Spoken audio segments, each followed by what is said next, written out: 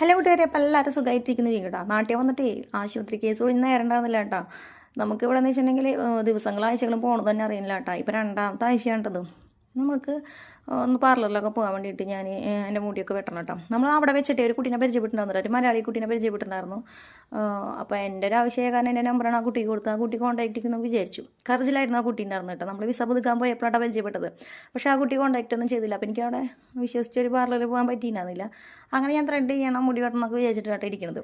അപ്പോൾ ഇത് ഞാൻ പോണിട്ട് മുന്നേ വെട്ടി വെച്ചിട്ടുണ്ടായിരുന്നു കേട്ടോ. സന്ധി ചേച്ചിനെ സ്ഥിരം മുടി വെട്ടാറ് സന്ധി ചേച്ചി ഉണ്ടായിരുന്നില്ല എന്നൊന്നും കേട്ടോ. അത് കാരണം ഞാൻ തന്നെ വീട്ടിൽ തന്നെ വെട്ടിയിട്ട് വെച്ചതാണ് കേട്ടോ. അപ്പം ഞാൻ എങ്ങനെ വെട്ടണം എന്നങ്ങനെ പ്ലാൻ ചെയ്യട്ടെ, ലെയർ വെട്ടണോ ഫെദർ വെട്ടണോ എന്നൊക്കെ നോക്കിക്കൊണ്ടിരിക്കട്ടോ. അങ്ങനെ ഞാൻ ഫ്രഷ് ആയതിന് ശേഷം ഏട്ടനെ കൊണ്ടുപോയത് പാർലറിൽ. എന്നിട്ട് ഏട്ടൻ പുറത്ത് വെയിറ്റ് ചെയ്തു കേട്ടോ. അപ്പോൾ സന്ധി ചേച്ചി ഉണ്ടായിരുന്നില്ല. അപ്പോൾ ത്രെഡിങ് കഴിഞ്ഞിട്ട് ഞാനവിടെ വെയിറ്റ് ചെയ്തിട്ട് സന്ധി ചേച്ചി വന്നിട്ട് സന്ധി ചേച്ചി ഇപ്പോൾ പേഴ്സണലായ കുറച്ച് കാര്യങ്ങൾ കാരണം കുറേ അത്യാവശ്യമുള്ള കേസ് മാത്രമേ ചേച്ചി വന്ന് ചെയ്യാറുള്ളൂ. അങ്ങനെ സന്ധി ചേച്ചി വേണമെന്ന് പറയുന്നവർക്ക് മാത്രം സന്ധി ചേച്ചി വരാറുള്ളൂ കേട്ടോ. അങ്ങനെ ഹെയർ കട്ട് ചെയ്ത് വേണോ എന്നൊക്കെ ചോദിച്ചപ്പോൾ ഞാൻ പറഞ്ഞു പ്രത്യേകിച്ച് ഒന്നുമില്ല, അത് വെട്ടിക്കോന്ന് പറഞ്ഞു കേട്ടോ. അപ്പം ഞാൻ പറഞ്ഞു നല്ലപോലെ കട്ട് ചെയ്തോ, കാരണം അവിടെ വിഗ് ഉണ്ടാക്കാൻ വേണ്ടിയിട്ട് ഒരു ചേച്ചി മുടി കളക്ട് ചെയ്യാറുണ്ട്. അപ്പോൾ ഞാൻ പറഞ്ഞു ആ ചേച്ചിക്ക് ഉപകാരമാവണേ അങ്ങനെ ആയിക്കോട്ടെ, കെട്ടിയിട്ട് വെട്ടിക്കോ, അപ്പോൾ ആ ചേച്ചിക്ക് കൊടുക്കും വേണമെന്ന് പറഞ്ഞിട്ടാണ്. അപ്പോൾ പറഞ്ഞത് ആ ചേച്ചി വരാറില്ല, ഇപ്പോൾ അങ്ങനെ കളക്ട് ചെയ്യാൻ വരാറില്ല എന്ന് പറഞ്ഞപ്പോൾ ഞാൻ പറഞ്ഞു എന്നാലും എടുത്ത് വെച്ചോ, വരികയാണെങ്കിൽ കൊടുക്കാമെന്ന് പറഞ്ഞിട്ട് ഞാൻ ഏൽപ്പിച്ച് പോരാണ്ട ചെയ്ത്. പിന്നെ ഒന്ന് ഷേപ്പ് ചെയ്ത് തന്നു കേട്ടോ ചേച്ചി, ഇങ്ങനെ നല്ല രീതിയിൽ വെട്ടി തന്നു.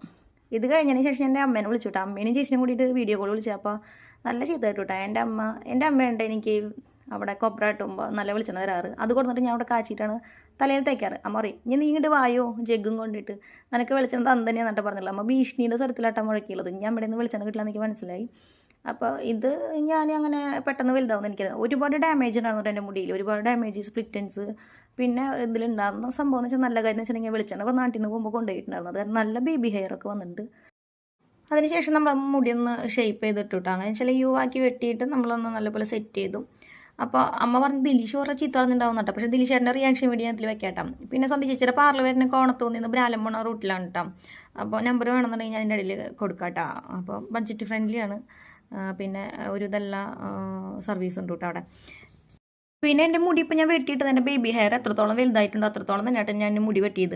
അപ്പോൾ ഈ ബേബി ഹെയർ വരാനുള്ള ഓയിൽ എങ്ങനെ ഉണ്ടാക്കണം എന്നൊക്കെ വേണമെന്നുണ്ടെങ്കിൽ നിങ്ങൾക്ക് ഞാൻ കമൻറ്റ് ചെയ്ത് തരാം. നിങ്ങൾക്ക് ആരെങ്കിലും വേണമെന്നുണ്ടെങ്കിൽ നിങ്ങൾക്ക് പേഴ്സണലായിട്ട് ഞാൻ മെസ്സേജ് ചെയ്ത് തരാം. പിന്നെ ഏട്ടൻ്റെ റിയാക്ഷൻ ചേട്ടാ പ്രത്യേകിച്ച് എനിക്കറിയാം. ഇതൊക്കെ തന്നെയാണ് വിശേഷം കേട്ടോ. Thank you.